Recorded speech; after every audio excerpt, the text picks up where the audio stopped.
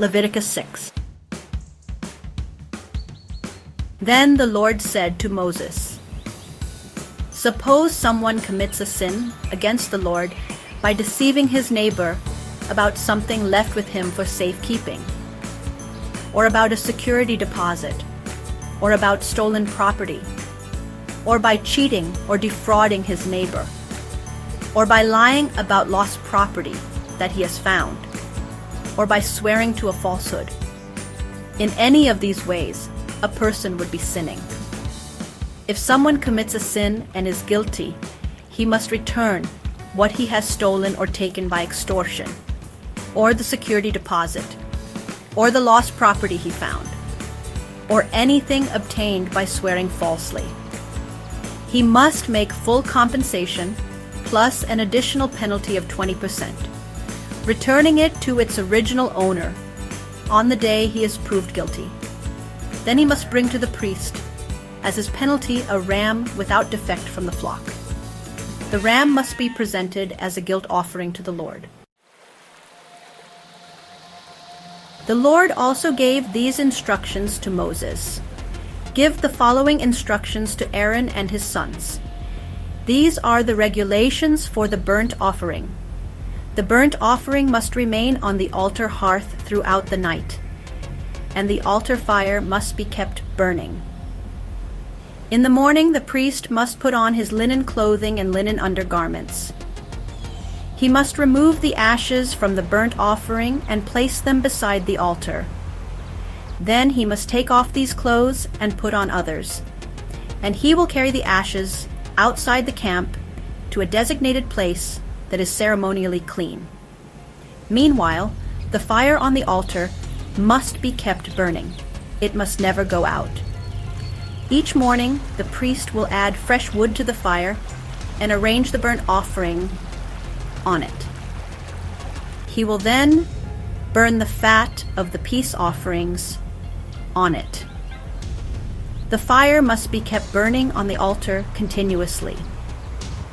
It must never go out. These are the regulations for the grain offering. Aaron and his sons must present it to the Lord in front of the altar.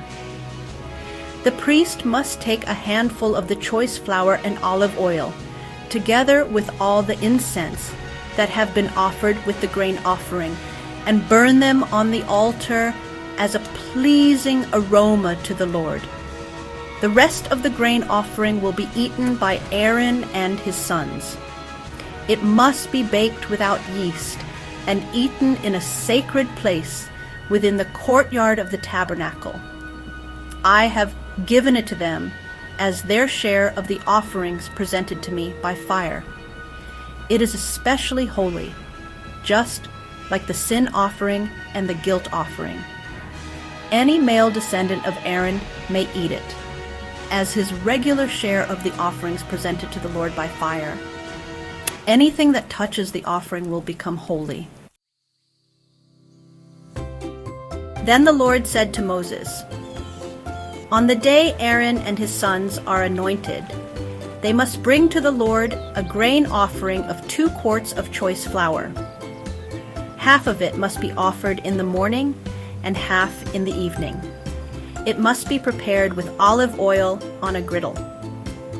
Bring it well mixed and present it in baked pieces as a pleasing aroma to the Lord. The high priest who succeeds Aaron must prepare it. It is his regular share and must be completely burned to the Lord. Every grain offering presented by a priest must be completely burned. It must not be eaten." The Lord then said to Moses, "Give Aaron and his sons the following instructions regarding the sin offering. The sin offering must be slaughtered in the Lord's presence, at the place where burnt offerings are slaughtered. It is especially holy. The priest who offers the sin offering must eat it in a sacred place within the courtyard of the tabernacle. Anything that touches its meat will become holy.